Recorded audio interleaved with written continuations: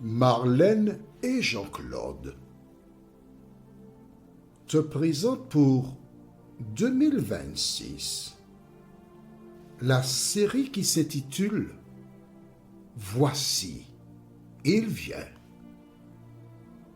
Merci pour ta fidélité et que l'Éternel continue de t'éclairer tandis que tu découvres la vérité. Merci d'être toujours attentif à la vérité. Merci de demeurer sous l'égide de la vérité. Et merci d'adopter la vérité dans ta vie. Aujourd'hui, notre thème est les fondations. Notre référence, Acte 16, mais nous lirons les versets 25 et 26. Avant de l'aborder, recherchons Dieu par la prière. Notre Seigneur et notre Dieu, merci pour la parole. Merci pour la puissance que nous trouvons en toi. À travers la vie de Paul et Timothée, tu nous montres ce qui nous attend. Et certaines personnes qui sont frileuses adhèrent totalement à ce verset qui dit « Heureux dès à présent ceux qui meurent dans le Seigneur ». Alors que nous nous apprêtons à ouvrir le livre, Seigneur, que le Saint-Esprit vienne lui-même nous enseigner et que nous puissions porter du fruit à ta gloire, nous t'en prions. Au nom de Jésus pour ta gloire éternelle. Amen.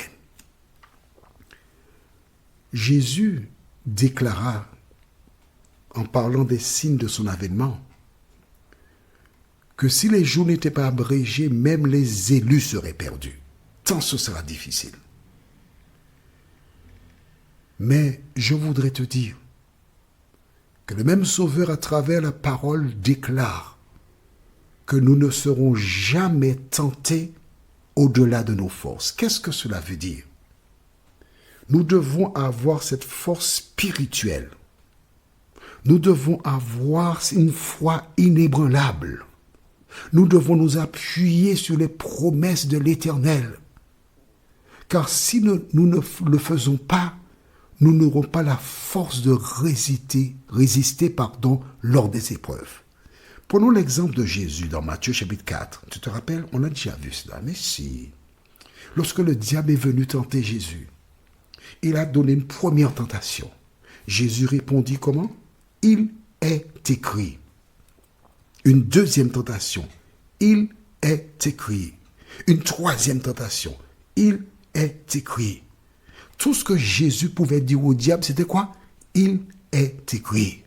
Tout ce que tu dois dire au diable aujourd'hui, c'est « Il est écrit ».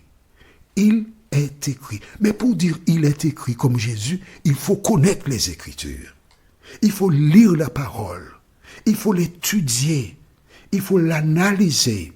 Et c'est volontairement que le Saint-Esprit m'a dit « Analyse avec eux Acte 16 pour qu'ils apprennent comment on étudie un chapitre de la Bible. » afin qu'à leur tour, ils fassent de même.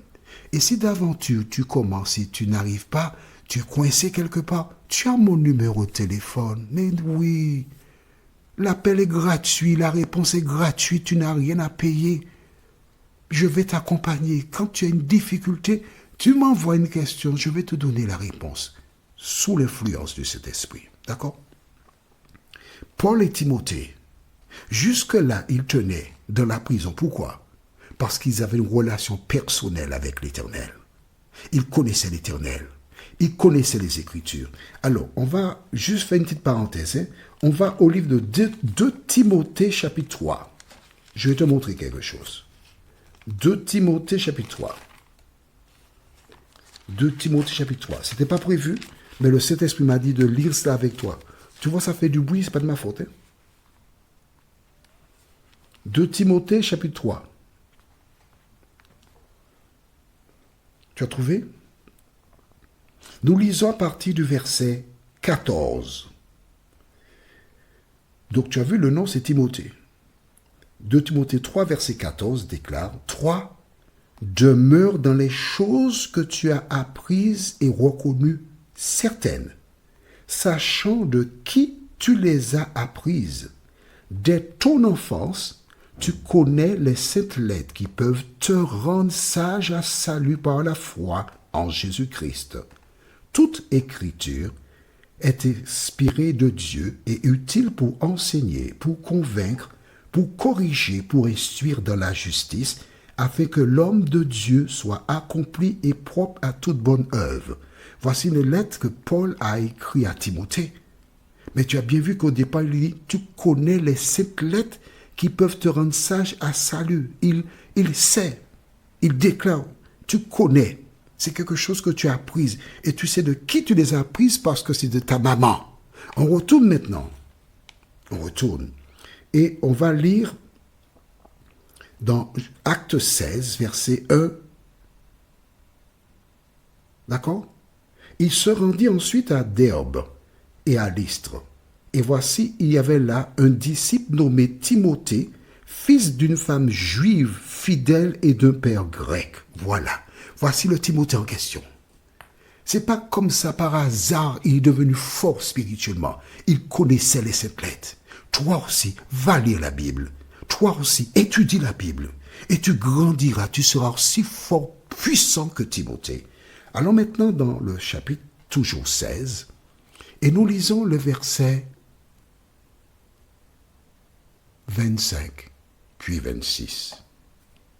Vers le milieu de la nuit, Paul et Silas priaient et chantaient les louanges de Dieu, et les prisonniers les entendaient. Tout à coup, il se fit un grand tremblement de terre, en sorte que les fondements de la prison furent ébranlés. Au même instant, toutes les portes s'ouvrirent et les liens de tous les prisonniers furent rompus. Ils sont en train de chanter, prier depuis un moment. J'imagine que certains prisonniers ont pris la parole et dit, bon, c'est bon, on a déjà entendu. Oui, d'accord, Jésus, oui. Mais là, on a besoin de dormir. Il est déjà 23h50. Est-ce qu'on ne peut pas laisser un petit peu pour demain? Et pendant que certains commencent à les taquiner vers le milieu de la nuit, donc minuit. Pourquoi minuit? Jésus, quand il parle de son avènement, il parle au milieu de la nuit. Dieu se manifeste au milieu de la nuit. Soudain, il y eut un violent tremblement de terre.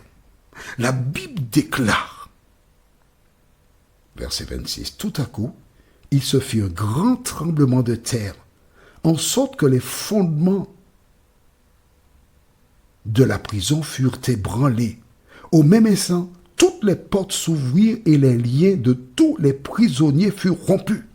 En un instant, flap! Les portes se sont ouvertes comme par enchantement et toutes les chaînes tombèrent au sol.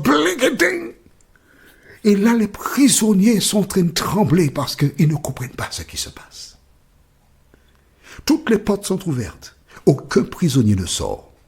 Parce que Dieu n'est pas venu libérer les prisonniers. Il est venu pour sauver. Et des anges placés certainement aux portes empêchaient les prisonniers de sortir. Invisibles. Les prisonniers essaient de pousser, mais il y avait quelque chose qui les retenait dans la prison. Et certainement, plusieurs d'entre eux ont eu des coliques, maux de ventre, parce que c'était quelque chose d'extrêmement difficile à supporter. En un instant, en un clin d'œil, plusieurs devaient trembler. D'autres devaient souiller leurs pantalons, uriner sur eux, parce que c'était quelque chose de terrible. Une petite idée, une petite image qui ressemble un tout petit peu à ce qui arrivera au retour de Jésus quand il paraîtra dans le ciel. La terre tremblera, les étoiles tomberont sur la terre, les trompettes des anges sonneront l'alléluia et les gens perdront la tête en voyant Jésus apparaître sur les nuées des cieux. Mon ami, toi qui m'écoutes, où seras-tu? Où seras-tu? Lorsque la terre trembla,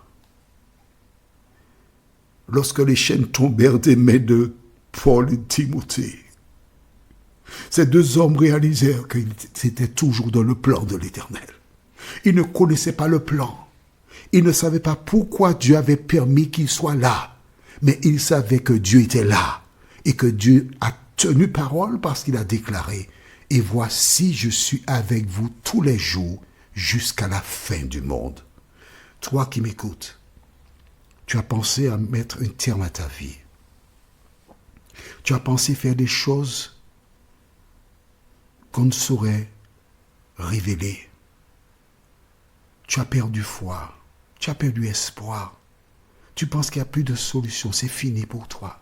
Tu es en stade terminal, mais c'est mort, c'est bon. Je vais en finir. Écoute-moi. Fais confiance à l'Éternel. Place ta confiance en lui. De la même manière qu'il a fait ce miracle pour Paul et Timothée sans avertir, il peut faire mieux encore pour toi. Notre prochain thème sera prêt à se tuer. La référence est Acte 16, verset 27. Avant, prions. Notre Seigneur et notre Dieu, merci pour la parole. Merci pour ta présence. Merci de secouer celles et ceux qui se sont laissés endormir et qui ont cru que tu as changé de promesse. Permets que nous puissions garder à l'esprit que tu ne changes pas. Cet esprit continue d'agir en nous, de nous fortifier, de nous diriger et permet que nous soyons aussi ancrés que Paul et Timothée, nous t'en prions. Au nom de Jésus et pour ta gloire éternelle. Amen. Que l'Éternel continue de te garder et te bénir et il me tarde de te retrouver. Nous sommes parvenus au terme de notre réflexion. Si d'aventure tu as une question, il te suffit d'envoyer un message par le biais de WhatsApp au numéro suivant, plus 596 696 88 93 93. Et alors Jean-Claude, moi, je me ferai un réel plaisir de répondre à ta question.